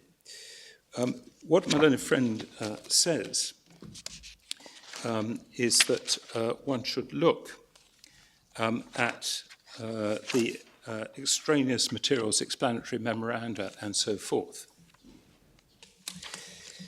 And he seeks to say that they don't intend to go beyond whatever the Remedies Directive might require. In my submission, explanatory notes may help to identify the mischief at which the regulations aim or the purpose they seek to achieve. But the court should be slow to permit external aids to displace the meaning of an unambiguous enactment, which is otherwise clear and not productive of absurdity. Were one to do that, would destroy any form of legal certainty. Indeed, I think my learned friend referred your lordships to what Lord Hope said in Montilla, which was in volume 5, at tab 59.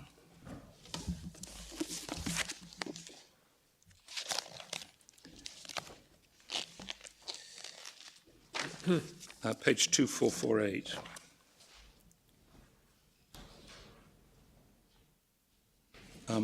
Where, and can I just draw attention to the passage, the reference to the Coventry and Solihull waste disposal case, where it was, where Lord Hope said it said that an explanatory note may be referred to as an aid to construction where the statutory instrument to which it is attached is ambiguous.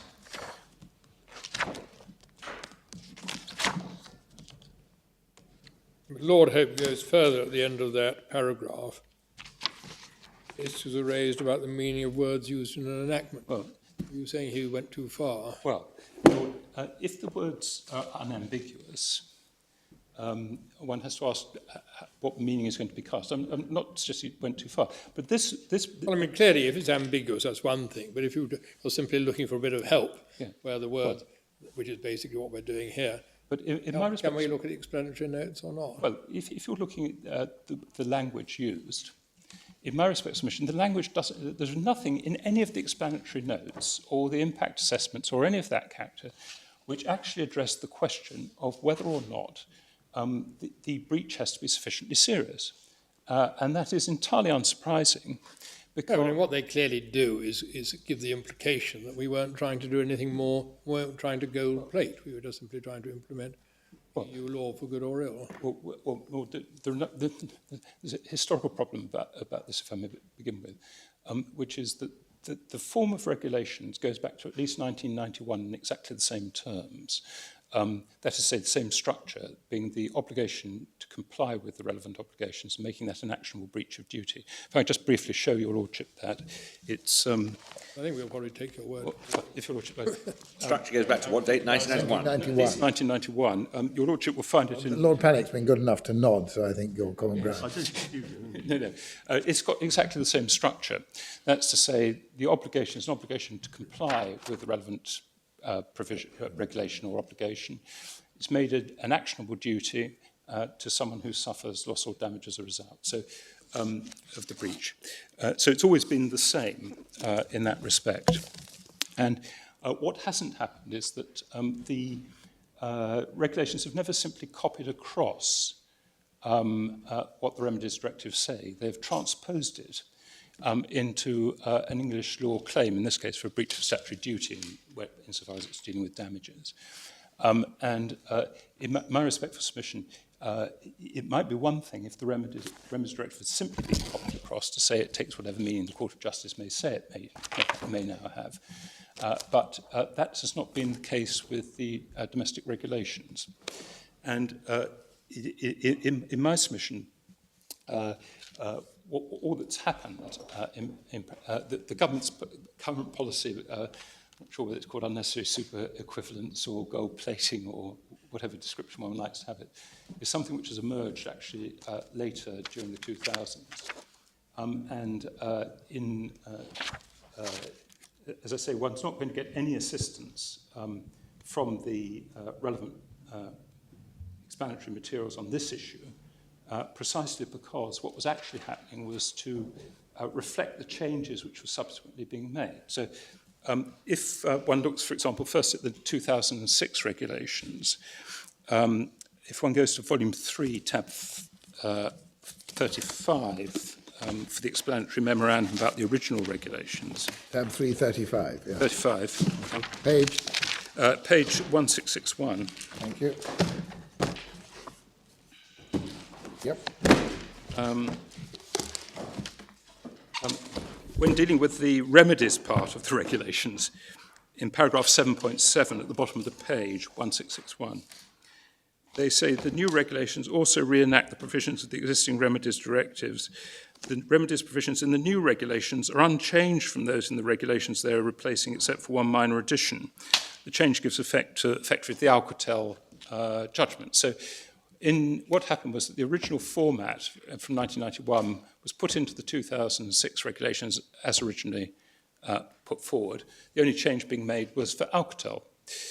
Then what happened subsequently in 2009 was simply that the regulations were changed to reflect the changes which were made by the 2007 directive.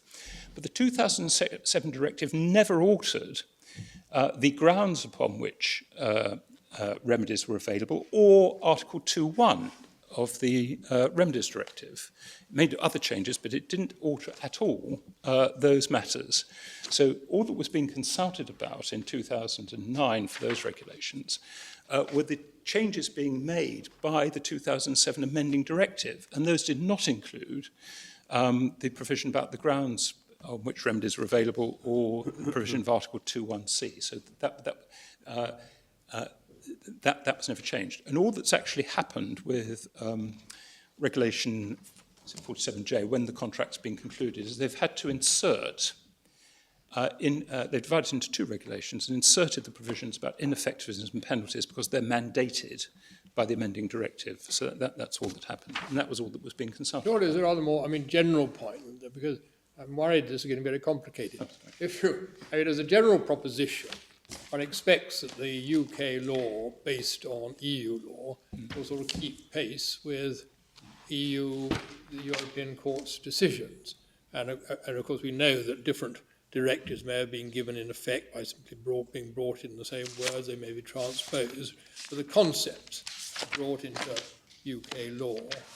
And then when one gets a decision, one doesn't have to go back and see, oh, how was this one brought in? You basically assume that the concept as established by the European Court is what applies. It'd be very odd if you have to go back over all the preceding ground to see precisely how it was transposed at the time, to decide whether the new ECJ decision affected it. Well, my Lord, it's important to recognise, firstly, the remedies directive only set out various minimum conditions, and that's explicit in the recitals to the remedies directive, and that the UK decided to transpose those in the form that I've done, not by simply copying it across, but by creating an actionable breach of statutory duty, and it defined the content of that duty itself.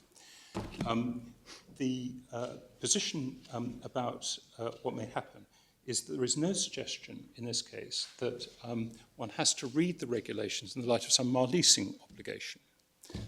Nor is there any suggestion that the regulations would be ultra vires if they were read as I submit. Mr. Pannick's accepted both of those.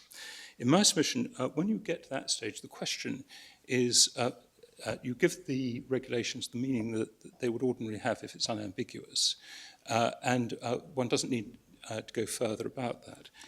Could I refer Your Lordship back to one of the cases my friend Lord Pannick referred to, which was the Almo Heron case, which is in volume 5, tab 67. Page, sorry? Volume 5, tab 67. Thank you. Page 267.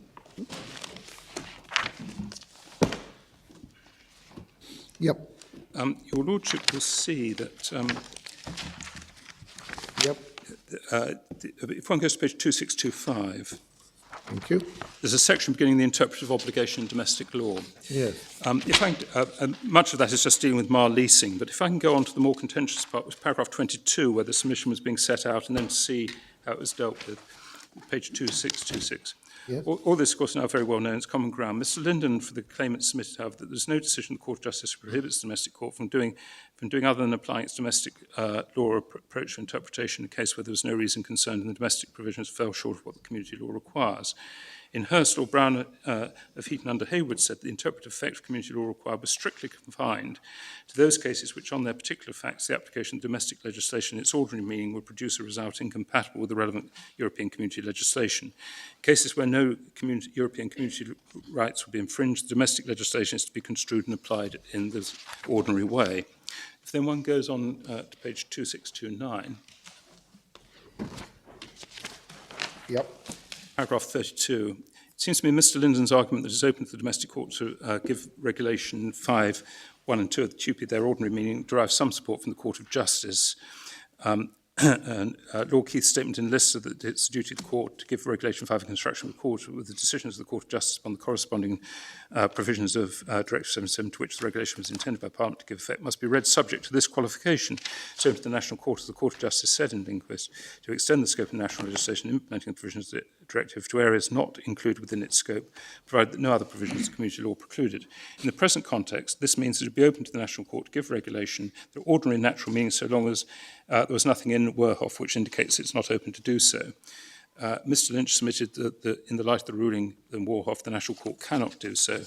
And precisely because that wasn't clear, I think there was a reference in that particular case. So, Lord, in my respectful submission, the approach should be to give domestic regulation its ordinary meaning. This is not a case of simply copying out the remedies directive, and it would be destructive of legal certainty, effectively, if it wasn't to be given its ordinary meaning, and there's no EU reason for treating it differently. right.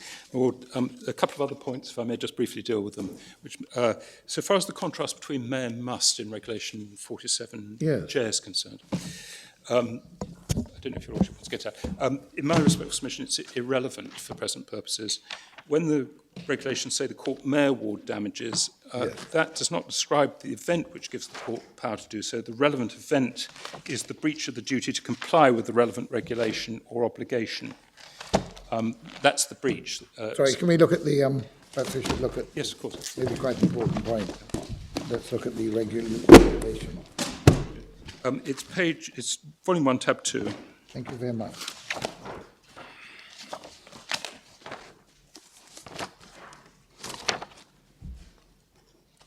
It's page 830. That's right, thank you so much. Now, you've got the contrast between the three musts in A, B, and D, and the may and C. Yep.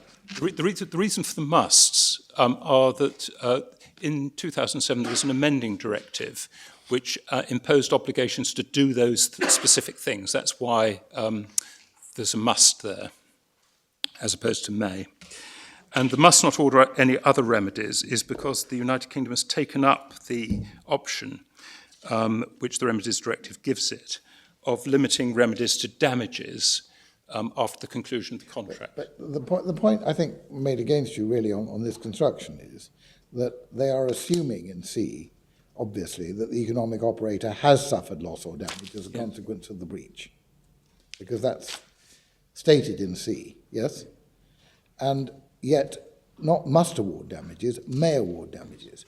And therefore, the argument against you is that there must be some circumstances which the drafter is contemplated where an economic operator has suffered loss or damage as a consequence of the breach, and yet the court will not award him damages. Yes. And now, in what circumstances do you say that would apply? Well, you may have a failure to mitigate. The contracting authority may have defences. There's failure to mitigate, which is an obvious one which is being raised in this particular case. you could have questions of issue of estoppel or abuse of process in this sense. This may sound a bit technical, but Well, if you fail to mitigate, then the loss or damage would not be a consequence of the breach, since it's well established that mitigation is not a duty, but a branch of the law of causation. I think that some people take a different analysis of how mitigation is to be analysed. But do you say that suffering loss or damage is to be determined by reference to domestic law? Yes. You do, right. Yeah. And all I'm saying is why you have a power is precisely to deal with those cases where there may be a recognised defence in... Isn't it more general? I mean, if you look at the previous section 47I, isn't the word may there used in a full discretionary sense in relation to the three possibilities: order the setting aside, order the amendment, or award damages? Isn't that discretionary? Well, It would be under A and B, wouldn't it? Well, A and B, yes. But what one needs to bear in mind is that the Remedies Directive does require a right to damages. It's not a discretion to be awarded damages. What's the point? I thought it only provided for a power. It didn't say in all circumstances, does it? The court has recognised there is a right to damages under the Remedies Directive. I'm sorry if your Lordship appreciated that. I mean, if loss or damage is to be judged by English law approaches and principles, then the mitigation argument doesn't really help you, does it, for the reason Lord Sumption put to you? Well, I mean, may I give another example? If the example I gave to Lord Sumption doesn't satisfy. Lord, there are, the court probably doesn't know, things called framework agreements under the regulations. Mm-hmm. And you can enter into a framework agreement with a number of economic operators. And then what happens is that you decide to award specific contracts under a competition with those economic operators which you've awarded the framework contract to. Mm-hmm. Now, it could well be that in a previous case, an issue came up which was decided against the economic operator who brings the second claim, and there will be an issue estoppel, for example. Or it might be an abusive process to bring out in the second claim a point which you hadn't raised in the first claim. So you could have other types of defences which are available to a contracting authority in those circumstances. Well, the issue estoppel would presumably stop you from contending, if it was relevant, that you'd suffered loss or damage as a consequence of the breach. It might depend on what the issue estoppel went to. It would have to go to that if it was going to be relevant to the point. Well, it might go to whether or not there was a breach. It would be a defence to your claim that you had suffered loss in terms of a breach, and you'd be stopped from, I suppose, from contending it. It might be an abusive process where you could have raised it before. Yes. Is that a convenient moment? In fact, it's my Lord, yes. Good. We'll resume again at 10 o'clock tomorrow, not 10:30. Everyone knows that. Yes, good. Okay. Thank you very much. Court's now adjourned. Resume again at 10 o'clock tomorrow.